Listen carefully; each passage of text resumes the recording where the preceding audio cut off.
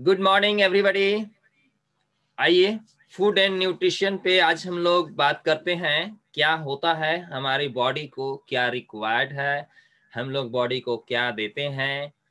और यहाँ जहाँ फर्स्ट पेज में आप लोग देख पा रहे हैं कि ये सब आप लोग लेते हैं तो इसमें भी न्यूट्रिशन वैल्यू मिलता है। ये सभी जो है न्यूट्रिशन वैल्यू इससे मिलता है। आइए हम लोग आगे बढ़ते हैं। देखिए, हमारा इस फूड पिरामिड को ध्यान में रख करके आगे बढ़ना चाहिए, इसीलिए मैं इसको पहले रखा हूं।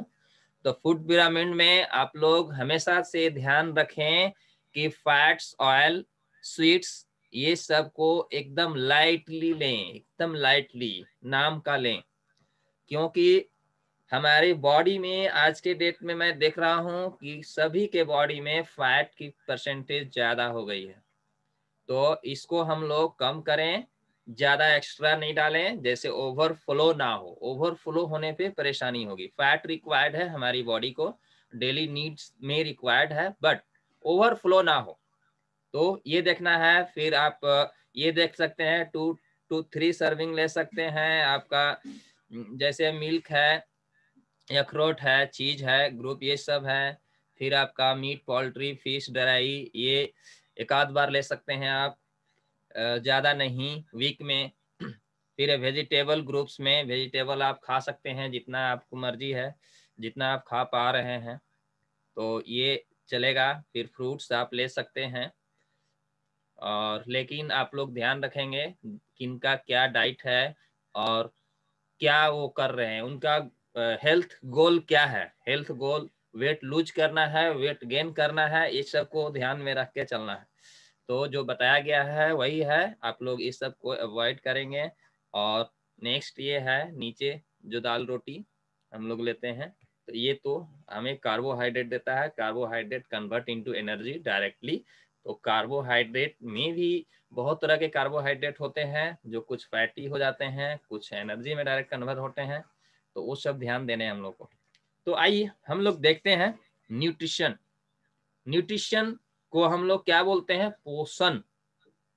ये हमारा पोषण क्या कहता है हम लोग यहाँ पे देखते हैं। देखिए, nutrition is the process by which body utilises food for growth and maintenance and healthy living. के लिए, अच्छे रहने के लिए हमें मेंटेनेंस की जरूरत पड़ती है और वो हमें न्यूट्रिशन से मिलती है। A science of food and its relationship to health, and concerned with the part played by food factors, just nutrients in body growth, development and maintenance में हमें हर संभव न्यूट्रिएंट्स लेना अति आवश्यक है। देखिए, nutrition is the combination of process by which the living organism receives and uses the food materials necessary for growth, maintenance of functions and repair of component part। तो ये सब करने के लिए हमें nutrients content every time required है।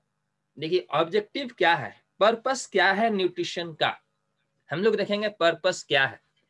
तो हमारा जो पर्पस है, to promote the physical and mental growth and development of human being.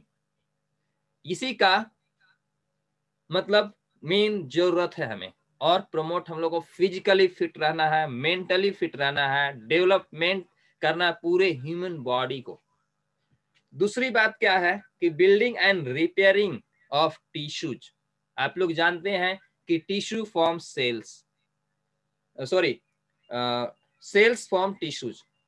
Sales से टिश्यू बनते हैं and cells damage by infection and injuries. जो सेल्स डैमेज होते हैं इन्फेक्शन या इंजुरी से, तो होता क्या है, हमारा टिश्यू भी डैमेज होता है। इसीलिए हमें हमेशा ध्यान रखना है कि हमारा सेल रिपेयर हो। सेल रिपेयर होंगे तो टिश्यू रिपेयर होंगे, टिश्यू रिपेयर होंगे तो ऑर्गन सही होंगे, ऑर्गन सही होंगे तो हमारा बॉडी सिस्टम पूरा फिट रहेगा। To provide energy for doing works. और हमें न्यूट्रिशन जो है हमें एनर्जी प्रोवाइड करते हैं, जिससे हम लोग पूरा फिट रहते हैं, वर्क कर पाते हैं। To protect the human beings from infection and deficiency disorders.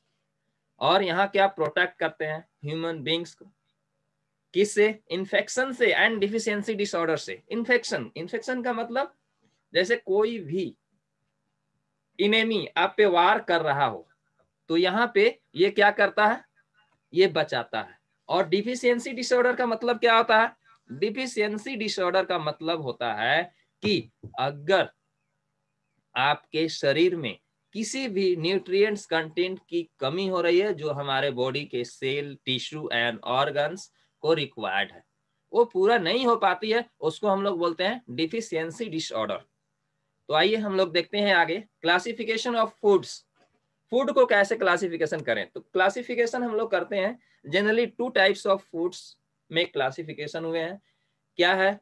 तो ओरिजिन होता है टू टाइप से। पहला फूड्स ऑफ प्लांट ओरिजिन, जो हम लोग को पौधे से मिलता है, जैसे धान, गेहूं, चावल और पेड़ पौधे जो भी हैं, अमरूद, आम, एप्पल, ये सब जो हैं, ये सब क्या है? प्लांट से प्राप्त होते हैं हमें, जिससे हम लोग खाते हैं और हम लोग अपने न्यूट्रिएंट्स कंटेंट को सेटिस्फाइड करते हैं।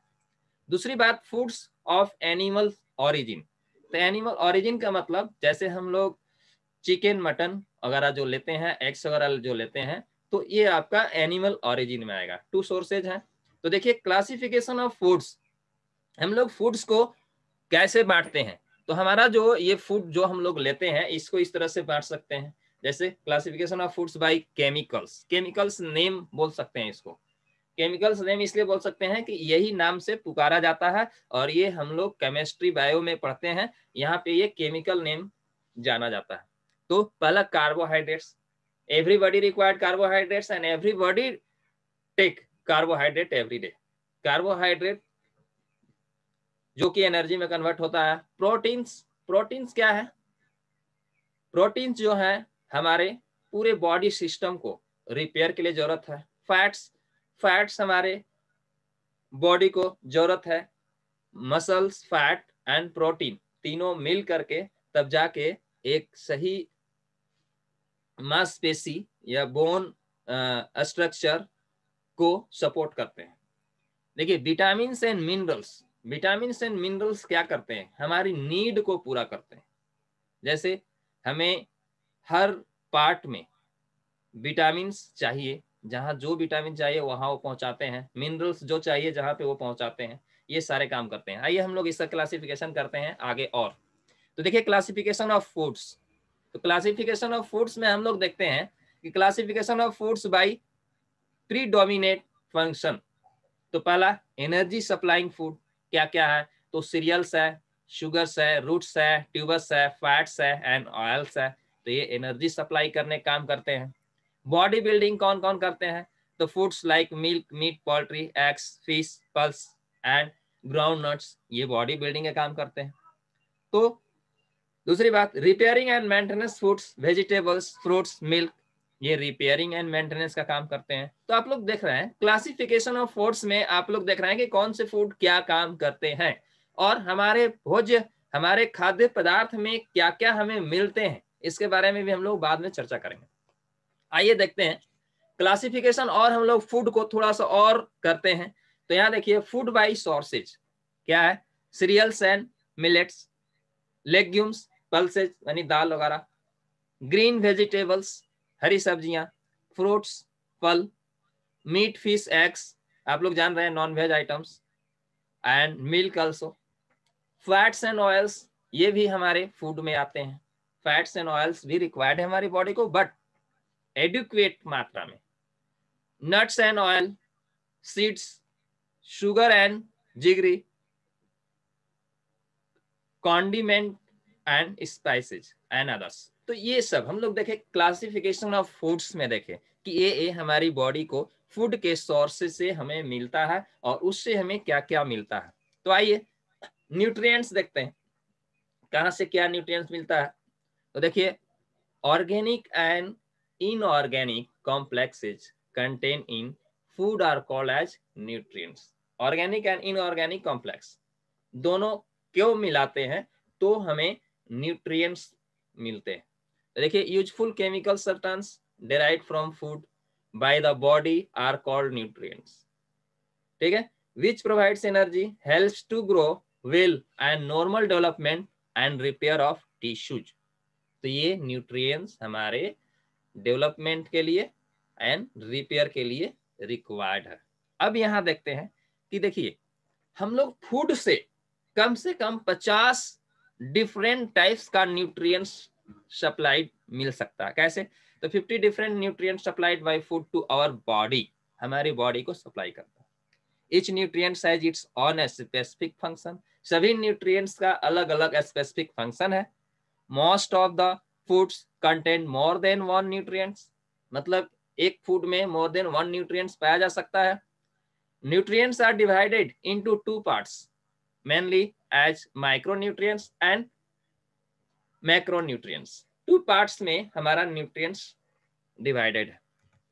देखिए, मैक्रोन्यूट्रिएंट्स की बात करें, हम लोग को जानना चाहिए किसको बोलते हैं macronutrients. These are proteins, fats and carbohydrates which are often called proximate principle because they form the main bulk of food। तो देखिए, ये हमारा है macronutrients. For proper utilisation of macronutrients need micronutrients. अब देखिए कि मैक्रोन्यूट्रिएंट्स को प्रॉपर यूटिलाइज, शरीर की सही एब्जॉर्प्शन के लिए हमें क्या चाहिए? माइक्रोन्यूट्रिएंट्स चाहिए। They contribute to the total energy intake as carbohydrate 60 to 80%, fat 10 to 30%, protein 15%। ये होना चाहिए। देखिए, micronutrients repair in a small quantity and so called micronutrients, that is vitamins and minerals. अब देखिए, हम लोग इसको स्मॉल क्वांटिटी में लेते हैं। यहाँ देखिए, the quantity of nutrients required depends upon age, sex, मतलब मेल फीमेल के ऊपर डिपेंड करता है। वो मैं बताऊंगा अभी कि मेल को थोड़ा ज्यादा चाहिए, फीमेल को थोड़ा कम चाहिए। Weight, physical activity and health status of the body. तो देखिए, अब फिर हम लोग देख लेते हैं कार्बोहाइड्रेट के बारे में थोड़ा सा। तो major component of food which is the main source of energy, providing 4 calorie per gram. आप लोग याद रखेंगे कि 1 ग्राम कार्बोहाइड्रेट में क्या होता है? 4 कैलोरी मिलता है। आप लोग को कई बार मैं बोल चुका हूं और आप लोग ऐसे भी जानते होंगे। In balance diet, carbohydrate provide 50 to 60% of total calories taken. In excess, the carbohydrates are converted into body fat। अगर एक्सेस आप लेते हैं तो वो कार्बोहाइड्रेट बॉडी फैट में शामिल हो जाता है और फैट बढ़ाने लगता है।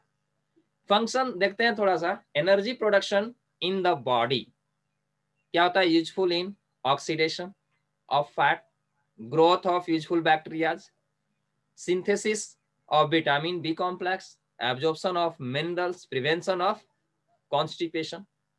तो ये सब है कार्बोहाइड्रेट का सोर्स। आप लोग देख पा रहे हैं सीरियल्स, रूट्स, स्टार्च जिसको बोलते हैं, एंड ट्यूबर्स में। शुगर्स में होता है carbohydrate, sugar, white sugar, honey, glucose etcetera. Cellulose एक होता है, इनडाइजेस्टिबल, कंट्रीब्यूट्स टू डायरेक्टरी फाइबर। तो डेली रिक्वायरमेंट क्या है? चिल्ड्रन के लिए 60 to 250 ग्राम आपका कार्बोहाइड्रेट डेली रिक्वायर्ड है। एडोलेसेंट जो बच्चे हैं 7 से 9 साल का, 400 ग्राम है। मेन के लिए आपका 400 से 700 ग्राम, उसी तरह फीमेल का है आपका, उसके थोड़ा सा अंडर हो सकता है। प्रोटीन, अब देखते हैं हम लोग प्रोटीन। तो protein is the building material for all body parts such as muscle, brain, blood, skin, hair, nails, bones and body fluids. तो देखिए, ये प्रोटीन है। हमारा नाखून को भी प्रभाव पड़ता है, बाल को भी पड़ता है, स्किन को भी पड़ता है, ब्लड को भी पड़ता है, ब्रेन को भी पड़ता है, हमारे हड्डियों को भी पड़ता है, बोन्स को। तो देखिए ये प्रोटीन है। Protein is the building material for all body parts such as muscles, brain, blood, skin, hair, nails, bones and body fluids. देखिए protein constitute 20% of adult body weight and made up of amino acid. तो आप लोग सब जानते हैं कि ये amino acid में कन्वर्ट होता है और इससे बनता है। Functions acts as building block of cells and tissues, regulate hemoglobin। अब देखिए act as building blocks of cells and tissues, regulate hemoglobin, regulate muscle construction, formation of enzyme, hormones and other secretion which helps synthesis of enzymes and produce digestive juice and antibodies। देखिए digestive juice भी प्रदान करता है। Digestive juice जो pancreas हमें produce करती है, और पैनक्रियाज को जब हम लोग खुराक देते हैं पूरा का पूरा, तभी हमें डाइजेस्टिव जूस प्रोवाइड करती है एंड एंटीबॉडीज, और हमें वो हर जगह फायदा पहुंचाती है और हमें खाना डाइजेस्ट करने में 100% डाइजेशन होती है। तो हमारा जो अवशोषण होता है वो बेस्ट होता है, हमारी बॉडी को सारे न्यूट्रिएंट्स कंटेंट इजीली मिलते हैं। तो देखिए सोर्सेज ऑफ प्रोटीन, कहाँ से प्रोटीन मिल सकता है आप लोग को। There are two main sources of protein, but आजकल थोड़ा मार्केट में क्या हो गया है जान रहे हैं कि बहुत ज्यादा केमिकलाइजेशन के कारण जो प्रोटीन है बेस्ट प्रोटीन नहीं मिल पाते। Animal sources milk, eggs, meat, fish, cheese. Plant sources pulses, cereals, beans, nuts and soybean. तो हम लोग जो प्रोटीन यूज करते हैं जनरली सोया प्रोटीन यूज करते हैं, जो हमारी बॉडी को पर्सनलाइज करता है और हर जगह सही चीज पहुंचाता है। अब आइए हम लोग देखते हैं कि प्रोटीन का यूजेज जो होता है वो इस एज के अकॉर्डिंग कितना कितना होना चाहिए। ये मोस्ट इंपोर्टेंट चार्ट है, आप लोग इसे राइट भी कर सकते हैं, मैं 1 मिनट का टाइम दूंगा। इन्फेंट मतलब जो बच्चा 6 मंथ का है, जो बच्चा 6 मंथ का है उसे भी 2 ग्राम पर डे प्रोटीन चाहिए, एक दिन में 2 ग्राम प्रोटीन चाहिए। और इन्फेंट्स 6 to 12 मंथ में जो बच्चा आता है उसको कम से कम 1.5 ग्राम डेली प्रोटीन चाहिए। चाइल्ड 1 to 3 इयर्स का जो है उसको 21 ग्राम पर डे प्रोटीन चाहिए। चाइल्ड 4 to 6 इयर्स है उसको 29 ग्राम पर डे प्रोटीन चाहिए। चाइल्ड 7 to 9 इयर्स है उसे 40 ग्राम प्रोटीन पर डे चाहिए, एक दिन में 40 ग्राम प्रोटीन चाहिए उसकी सारे सेल्स डेवलपमेंट एंड बिल्डिंग के लिए। एडोलेसेंट जो 13 से 15 साल के बच्चे हैं, बॉयज हैं, तो उनको 67 ग्राम पर डे चाहिए। एडोलेसेंट जो 13 से 15 इयर्स की गर्ल्स है, लड़कियां हैं, उनको 62 ग्राम प्रोटीन पर डे चाहिए। एडोलेसेंट 16 से 18 इयर्स के बॉयज हैं तो उनको 75 ग्राम पर डे प्रोटीन की रिक्वायरमेंट होती है। और adolescent 16 to 18 years of girls है, 16 से 18 साल की लड़की है, तो उसे 60 ग्राम प्रोटीन चाहिए पर डे एक दिन में। मेन जिसको 60 ग्राम प्रोटीन, जैसे हम लोग हैं जो 18 ईयर से प्लस, उसको 60 gram protein per day body के अकॉर्डिंग चाहिए ही चाहिए। और जो महिलाएं हैं उनको 50 ग्राम प्रोटीन चाहिए। तो ये रहा हमारा daily requirement chart of protein. आइए हम लोग फैट्स के बारे में कुछ बात करते हैं। तो composed of a smaller units called fatty acid. Saturated fatty acid जो हम लोग ज्यादा मात्रा में लेते हैं वो क्या होता है, सेचुरेटेड फैटी एसिड, जो फैट ज्यादा बढ़ाता है। All animals fats except fish oil. Fish oil को छोड़ करके जितने भी ऑल एनिमल फैट है वो सेचुरेटेड फैट होते हैं, बट फिश ऑयल एक ऐसा है जो अनसेचुरेटेड फैट होता है और वो हमारे बॉडी को चाहिए, नहीं तो सेचुरेटेड फैट जम जाते हैं। Unsaturated fatty acid all vegetables oils except coconut and palm oils में मिलता है। Saturated fatty acid are cholesterologenic होता है, जिसमें हाई कोलेस्ट्रॉल होता है, they increase blood cholesterol level, और ये ब्लड कोलेस्ट्रॉल लेवल को इंक्रीज कर देता है।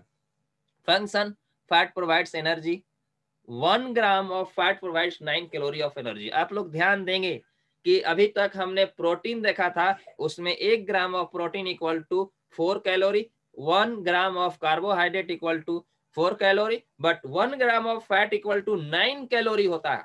आप लोग ध्यान देंगे, अगर फैटी चीजें आप लेते हैं तो 9 कैलोरी अपने बॉडी में 1 ग्राम में इंटेक करते हैं। तो ये रहा। नेक्स्ट हमारा क्या है, directory fibre, dietary fats supplies essential fatty acid needed for growth and maintenance of the integrity of the skin. They maintain our body temperature. तो ये सब कुछ देता है फैट हमें। तो ये है नेक्स्ट सोर्सेज ऑफ फैट, कहाँ कहाँ से हमारा फैट आता है वो देखेंगे। तो यहाँ देखिए एनिमल सोर्सेज, जैसे ghee, butter, fat and fat of meat, fish oil से। Vegetable sources, groundnut oil, ginger oil, mustard oil, cotton seeds and nuts oil and coconut oil से।